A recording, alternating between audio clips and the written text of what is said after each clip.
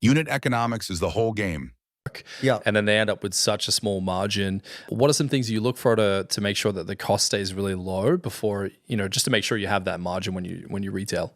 Yeah. So, unit economics is the whole game. And a lot of people don't realize that, but being ruthless with your unit economics and your cost centers is huge. So what you're talking about is like the variable costs of the product, which is shipping, the product cost, packaging, even merchant fees I would put into those variable costs.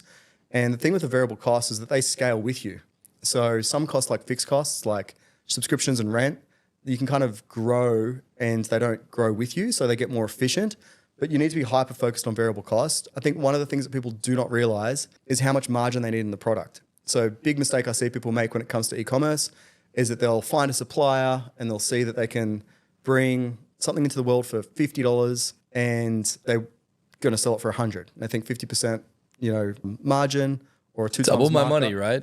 Yeah. So but really what they don't realize is that if your product cost is 50% of the regular retail price to try to demand, it's not enough. So you need to be aiming for selling something for 3 at a minimum.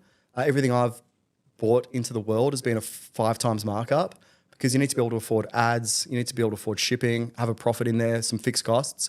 So initially it's hard because things get cheaper with bigger order quantities, and like a supplier is going to give you a better price on 10,000 units versus 100. But as long as you can see a pathway to those volume breaks with your supplier, or you actually understand where you're going to land from a pricing perspective, I'd be aiming for at least 3 times. So selling for 3 times what you land for. So 3 to 5x.